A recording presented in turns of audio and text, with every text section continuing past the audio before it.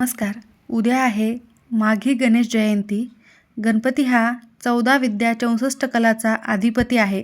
प्रत्येक मंगल कार्यात, शुभ कार्यात श्री विघ्नहर्त्याची प्रथम पूजा केली जाते आणि गणरायांचा जन्मदिवस हा माघी गणेश जयंती. या दिवशी त्यांनी विनायक अवतार घेतला होता. तर या दिवशी तुम्हाला अत्यंत महत्त्वाचे काम करायचे आहे, कारण वातावरणामध्ये या दिवशी सकारात्मक लहरी जास्त प्रमाणामध्ये सक्रिय असतात. तर तुम्हाला कोणत्याही परिस्थितीत सकाळीच घरात आणा या झाडाचे एक पान. संकटे, विघ्न पूर्णतः नष्ट होतील तुमची आणि कठीण इच्छा देखील लवकरात लवकर पूर्ण होणार आहे. तर असे कोणते पान तुम्हाला सकाळीच घरी आणायचे आहे, कोणत्या वेळेत आणायचे आहे, सविस्तर संपूर्ण माहिती आपण या व्हिडिओमध्येच बघणार आहोत. त्यामुळे व्हिडिओ स्किप न करता शेवटपर्यंत बघा. माहिती आवडल्यास लाईक, शेअर, सबस्क्राईब करून बेल आयकॉनला आवर्जून प्रेस करा. यामुळे अशा प्रकारचे व्हिडिओ तुम्हाला सर्वात लवकर बघायला मिळतील. त्यासोबतच कमेंट बॉक्समध्ये ओम गणपती नमः लिहायला अजिबात विसरू नका. गणपतीचे एकूण 3 अवतार मानले जातात. या तिन्ही अवतारांमध्ये गणरायाचा जन्मदिवस वेगवेगळा आहे. पहिला वैशाख पौर्णिमेचा, ज्याला पुष्टीपती विनायक जयंती असे म्हणतात.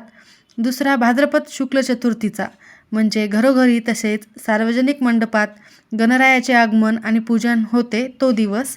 तर तिसरा माघ शुक्ल चतुर्थीचा, अर्थात माघी श्री गणेश जयंतीचा हा दिवस होय. माघी गणेश जयंतीला माघ विनायक चतुर्थी, वरद चतुर्थी, तिलकुंद चतुर्थी असे देखील म्हणतात. तर उद्या 22 जानेवारी रोजी ही माघ गणेश जयंती आहे.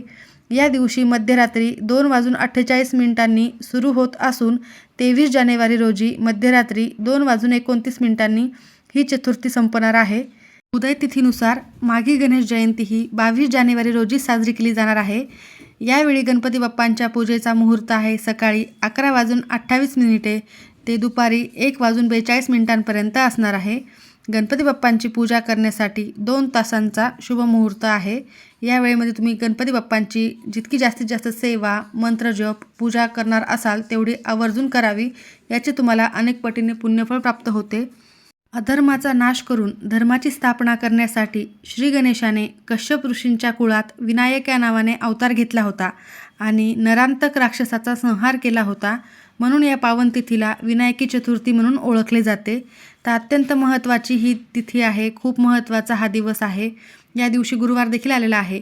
तर शुभयोग देखील जुळून आलेला आहे, कारण गुरुवार हा माता लक्ष्मीला, त्याचबरोबर श्री गुरुदेव दत्तांना देखील समर्पित आहे आणि गणपती बाप्पांची या दिवशी गणेश जयंती आलेली असल्यामुळे सर्वांचेच आशीर्वाद या दिवशी प्राप्त होणार आहेत. त्यामुळे तुम्ही आवर्जून काही उपाय करायचे आहेत. तर उद्या तुम्हाला हा उपाय सकाळी कधी करायचा आहे, तर ब्रह्ममुहूर्तापासून ते सकाळी तुम्ही 9:30 वाजेपर्यंत कधीही हा उपाय करू शकता. जेव्हा तुम्हाला शक्य होईल, जेव्हा तुम्हाला वेळ मिळेल त्यावेळी तुम्ही हा उपाय करायचा आहे. परंतु 9:30 वाजेपर्यंत नाहीच करणे शक्य झाले तर मग 12च्या आत तुम्ही हा उपाय करायचा आहे. पण 9:30 वाजेपर्यंत करण्याचा जास्त प्रयत्न करा, कारण सकाळी वातावरणामध्ये सकारात्मक लहरी ह्या जास्त प्रमाणामध्ये सक्रिय असतात आणि गणेश जयंतीच्या दिवशी गणेश तत्व हे पृथ्वीवर जास्त प्रमाणामध्ये 1 सहस्त्रपटीने सक्रिय असते. त्यामुळे तुम्हाला या वातावरणामध्ये तुम्ही जर काही उपाय जर केले तर निश्चित त्याचे तुम्हाला अनेक पटीने फळ प्राप्त होते. तर तुम्हाला दिवसभरात देखील मंत्रजप साधना ही करायचीच आहे, परंतु सकाळी हा उपाय करायचा आहे. सकाळी हा उपाय केल्यामुळे गणपती बाप्पांचे आशीर्वाद तुम्हाला प्राप्त होतील. तर हा उपाय करण्यासाठी उद्या सकाळी तुम्हाला लवकर उठायचे आहे. अंघोळीच्या पाण्यामध्ये तुम्हाला थोडेसे तीळ टाकायचे आहे आणि गंगाजल टाकायचे आहे. त्यानंतर तुम्हाला अंघोळ झाल्यानंतर देवांची विधिवत पूजा करायची आहे. गणपती बाप्पांची पूजा करायची आहे. गणपती बाप्पांची पूजा करत असताना त्यांना पंचामृताने तुम्हाला अभिषेक घालायचा आहे. गणपती अथर्व शीर्षाचे आवर्तन द्यायचे आहे. 21 दिले तर उत्तम, किंवा तुम्ही 1 आवर्तन देऊ शकता. ओम गणपते नमः या मंत्राचा देखील तुम्ही जप करू शकता. त्यासोबतच गणपती स्तोत्राचे देखील 1 वेळेला पठण करायचे आहे. या सर्व सेवा करून झाल्यानंतर गणपती बाप्पांची विधिवत स्थापना करून त्यांना हळद, कुंकू, अक्षता, फुले अर्पण करायचे आहे. म्हणजेच तांदूळावर हळद कुंकू टाकून त्यावर तुम्हाला गणपती बाप्पांची मूर्ती ही स्थापन करायची आहे. त्यानंतर त्यांना चंदन लावायचे आहे, हळद, कुंकू, अक्षता व्हायच्या आहेत. त्याचबरोबर दुर्वाची जुडी अर्पण करायची आहे आणि लाल जास्वंदाचे फूल अर्पण करायचे आहे. आणि या दिवशी तुम्हाला गणपती बाप्पांना एक महत्त्वाची वस्तू नैवेद्यात द्यायची आहे. ती म्हणजे तिळाचा लाडू.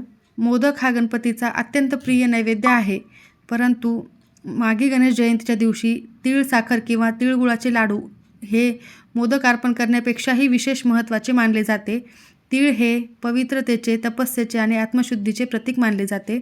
या दिवशी षोडशोपचार आणि विधिवत पूजा करून झाल्यानंतर तीळ मिश्रित गुळाचे लाडू गणपती बाप्पांना आवर्जून अर्पण करायचे असतात. माघी गणेश जयंतीला शुभ तिथीला स्नान, दान, जप, होम केल्यास विघ्नहर्ता श्री गणेश प्रसन्न होऊन तुमच्या जीवनातील सर्व समस्या हे दूर करत असतात, अडथळे दूर करतात. त्यामुळे विघ्नविनायकाची कृपादृष्टी सदैव भक्तांवर राहावी, त्याच्या कुटुंबियावर राहावी, यासाठी काही उपाय करणे देखील खूप महत्त्वाचे मानले जाते. तर तुम्हाला उद्या हा उपाय आवर्जून करायचा आहे.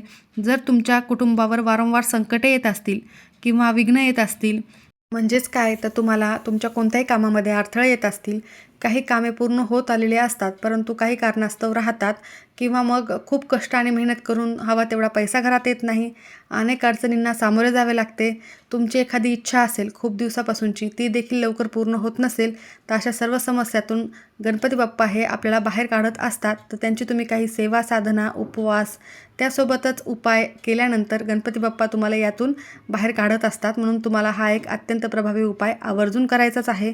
तर तुम्हाला गणपती बाप्पांची विधिवत पूजा करून झाल्यानंतर लगेचच हा उपाय तुम्ही केला तरीही चालेल.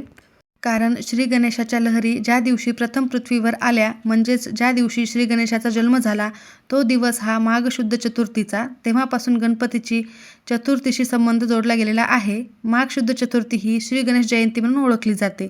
तर तुम्हाला या दिवशी का उपाय हा करायचा आहे? कारण श्री गणेश तत्व हे नेहमीच्या तुलनेत 1000 सहस्त्र पटीने जास्त प्रमाणामध्ये कार्यरत असते.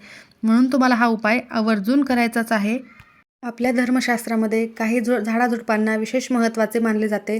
काही झाडांमध्ये सकारात्मक लहरी ह्या असतात, सोबतच त्या झाडांमध्ये दैवी शक्ती देखील असतात. आणि या झाडांचे काही प्रभावी उपाय जर आपण केले तर आपल्या आयुष्यात आपल्याला बदल झालेले हे नक्की दिसतात. हा उपाय केल्याने तुम्हाला प्रत्येक कामामध्ये यश मिळेल, शत्रू त्रास देखील तुमचा कमी होणार आहे. उद्या सकाळी सर्व पूजा वगैरे आटपून झाल्यानंतर तुम्हाला रुईच्या झाडाचे एक पान आपल्या घरी आणायचे आहे. या रुईच्या झाडाला मंदार असे देखील म्हणतात. म्हणजे गणेश आणि दार म्हणजे देणारा, म्हणजे मंदार या शब्दाचा असा अर्थ होतो. म्हणून तुम्हाला रुईच्या झाडाचे हे पान आवर्जून आणायचे आहे. तुम्ही पाहिलं असेल काही ठिकाणी रुईच्या मुळाचा एक गणपती तयार केलेला असतो, गणपती तो स्थापन झालेला असतो. म्हणजे रुईच्या मुळाला साक्षात गणपती बाप्पांचे रूप हे मानले जाते. म्हणूनच तुम्हाला रुईच्या झाडासंबंधित या पानाचाच हा उपाय करायचा आहे. तर एक पान तुम्हाला घेऊन यायचे आहे, स्वच्छ धुवून पुसून घ्यायचे आहे. तर तुम्हाला हे पान कसे आणायचे आहे त्याची देखील एक विधी आहे.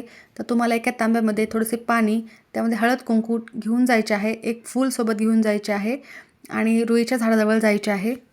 पांढऱ्या फुलाच्या रुईचे झाड असेल तर उत्तम आहे, नसेल तर तुम्ही निळ्या फुलाच्या रुईच्या झाडाजवळ देखील जाऊ शकता.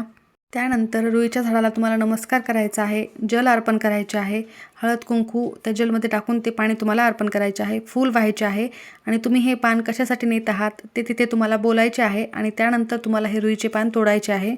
त्यानंतर तुम्हाला गणपती बाप्पांच्या समोर आसन टाकून बसायचे आहे, एक दिवा प्रज्वलित करायचा आहे. त्यानंतर तुमच्याकडे जर लाल चंदन असेल तर ते घ्यायचं आहे, ते जर नसेल तर तुम्ही थोडंसं कुंकू घ्यायचं आहे, त्याचा गंध तयार करायचा आहे. त्यानंतर एक काडी घेऊन तुम्हाला त्या पानावर तुमची इच्छा लिहायची आहे, जी काही इच्छा आहे ती लिहायची आहे. नोकरी प्राप्ती, धनप्राप्ती, जी काही इच्छा असेल ती तुम्हाला 1 ते 2 शब्दामध्ये त्या पानावर लिहायची आहे. त्यानंतर तुम्हाला हे पान ओम गण गणपते नमः हे म्हणायचं आहे 108 वेळेला आणि हे पान तुम्हाला गणपती बाप्पांच्या चरणी अर्पण करायचं आहे. पान अर्पण करताना गणपती बाप्पांकडे देठ येईल अशा पद्धतीने पान हे अर्पण करायचे आहे. त्यानंतर गणपती बाप्पांना हळद कुंकू अक्षता फुले अर्पण करायचे आहे, नमस्कार करायचा आहे. त्यानंतर त्या पानावर देखील हळद कुंकू अक्षता फूल अर्पण करायचं आहे, दुर्वा अर्पण करायचे आहे आणि 21 पांढरे तीळ अर्पण करायचे आहे. व तिथेच बसून तुम्हाला गणपती अथर्वशीर्षाचे 3 वेळेला पठण करायचे आहे. शेवटी फलश्रुती म्हणायची आहे. त्यासोबतच ओम गण गणपते नमः या मंत्राचा तुम्हाला जप करायचा आहे आणि गणपती स्तोत्राचे देखील 1 वेळेला पठण करायचे आहे. या सर्व सेवा करून झाल्यानंतर तुमची जी काही इच्छा आहे तिथे व्यक्त करायची आहे. दिवसभर हे पान तसेच राहू द्यायचे आहे. त्यानंतर संध्याकाळी तुम्हाला ते पान आणि त्यावर ठेवलेले सगळं साहित्य उचलायचे आहे आणि तुमच्या घराजवळ असलेल्या गणपती बाप्पांच्या मंदिरामध्ये जायचे आहे. त्यानंतर तुम्हाला तिथे तुमची एकदा इच्छा व्यक्त करायची आहे आणि गणपती बाप्पांना मनोभावे नमस्कार करायचा आहे. तर तुम्ही या झाडाचे अत्यंत महत्त्व आहे. गणपती बाप्पांशी संबंधित हे झाड असल्यामुळे तुम्ही या झाडाचे आवर्जून हे पान गणपती बाप्पांना अशा प्रकारे अर्पण करा. त्यासोबतच अजून एक पानांचा उपाय म्हणजे गणपती बाप्पांना सर्वात प्रिय असलेले जास्वंदीचे झाड, जास्वंदीचे फूल हे गणपती बाप्पांना अतिशय प्रिय आहे, म्हणून तुमच्या घरातच जास्वंदीचे पान जर असेल किंवा मग आजूबाजूला शेजारी असेल तर तिथून ते पान देखील तुम्हाला घेऊन यायचे आहे व त्या पानावर तुम्हाला त्याच गंधाने एक स्वस्तिक काढायचे आहे. स्वस्तिकवर तुम्हाला 1 तीळ ठेवायचे आहेत, पांढरे तीळ. त्यानंतर ते देखील पान तुम्हाला गणपती बाप्पांच्या चरणी अर्पण करायचे आहे. आता हा उपाय तुम्ही दिवसभरामध्ये कधीही करू शकता आणि ज्या सेवा मी तुम्हाला सुरुवातीला सांगितलेल्या आहेत त्याच सेवा तुम्ही करा. हे देखील अतिशय प्रभावी उपाय आहे, कारण हे पान देखील गणपती बाप्पांना अतिशय प्रिय आहे. दुसऱ्या दिवशी हे पान तुम्ही निर्माल्यामध्ये टाकून देऊ शकता. तर हे दोन्ही उपाय खूप प्रभावी आहेत आणि 100% फलदायी देखील आहेत. तर आवर्जून करा. माहिती आवडली असेल तर नक्की लाईक करा. सर्वांचे खूप खूप धन्यवाद.